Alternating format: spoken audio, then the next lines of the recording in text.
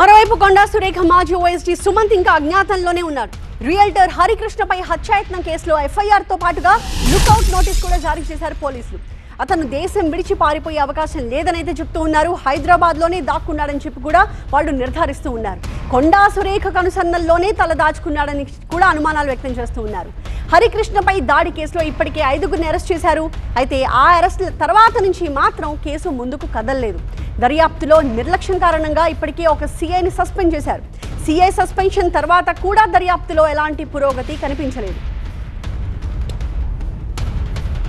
ఆ ప్రతినిధి జ్యోతి మనకి లైవ్ లో కనిపిస్తూ ఉన్నారు ఈ కేసుకు సంబంధించిన అప్డేట్స్ తో. జ్యోతి, ఒకవైపు సిఐని సస్పెండ్ చేశారు కానీ ముందుకు సాగలేదు. ఆల్రెడీ 5గురిని అరెస్ట్ చేశారు కానీ వాళ్ళ ద్వారా కూడా సుమంత్కి సంబంధించిన ఎలాంటి వేరబోచ్చు తెలియట్లేదు. ఇంకా నెక్స్ట్ ఏం చేస్తే సుమంత్ దొరుకుతాడని పోలీసులు భావిస్తున్నారు? ఏమన్నా ముందుకు కదులుతుందా కేసు?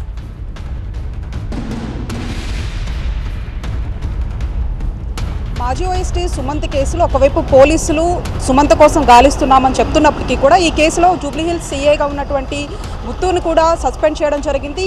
జూబ్లీహిల్స్ పోలీస్ స్టేషన్కి సంబంధించి ఇప్పుడు చాలా కీలకంగా ఉందని చెప్పుకోవచ్చు. ఎందుకంటే అటు రాజకీయవేత్తలు కావచ్చు, సినీ పరిశ్రమకు సంబంధించినటువంటి వాళ్ళు కావచ్చు, ఆ పోలీస్ స్టేషన్ చాలా కీలకమైనటువంటి పోలీస్ స్టేషన్. అందులో భాగంగా ఈ మాజీ ఓఎస్డీ సుమంత్కి సంబంధించినటువంటి కేసుకు సంబంధించి ఎఫ్ఐఆర్ అయినప్పటికీ సుమంత్తో పాటు 6గురి మీద కూడా హత్యాయత్నం కేసుకు సంబంధించి నమోదు చేసినప్పటికీ కూడా ఈ కేసులో ఒక 3గురిని మాత్రం ఏపీలో అరెస్ట్ చేశారు టాస్క్ ఫోర్స్ పోలీసులు. ఆ తర్వాత సుమంత్ కోసం గాలిస్తున్నటువంటి సమయంలో కూడా మంత్రి కొండా సురేఖ సంబంధించినటువంటి కనుసన్నల్లోనే సుమంత్ ఉన్నట్లుగా కూడా ఒకవైపు పోలీసులు కూడా అనుమానాన్ని వ్యక్తం చేస్తూ ఉన్నారు. అయినప్పటికీ కూడా ఈ కేసుకు సస్పెండ్ అయినా కూడా సిఐ ఆ తర్వాత పురోగతి మాత్రం లేదనే చెప్పుకోవచ్చు.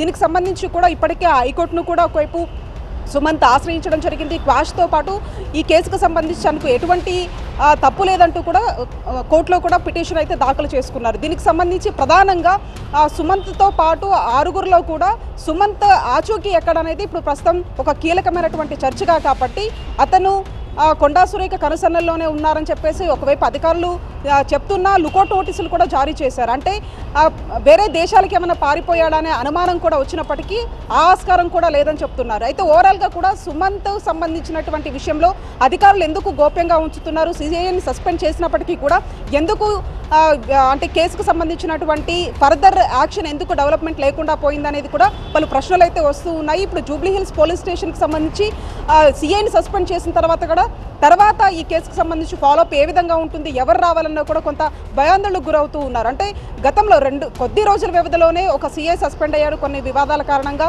మళ్ళీ ఈ కేసుకు సంబంధించి సిఐ సస్పెండ్ అవ్వడం, దీనికి సంబంధించి కూడా సుమంత్ అసలు ఎక్కడ ఉన్నాడు, విదేశాలకి పారిపోయాడని చెప్పడానికి కూడా లొకేట్ నోటీసులు ఇచ్చారు కాబట్టి ఆస్కారం కూడా లేదు. దీనికి సంబంధించి ఫర్దర్గా అధికారులు ఏ విధంగా ఈ కేసుకు సంబంధించినటువంటి పురోగతి ఇస్తారనేది మాత్రం వేచి చూడాలి.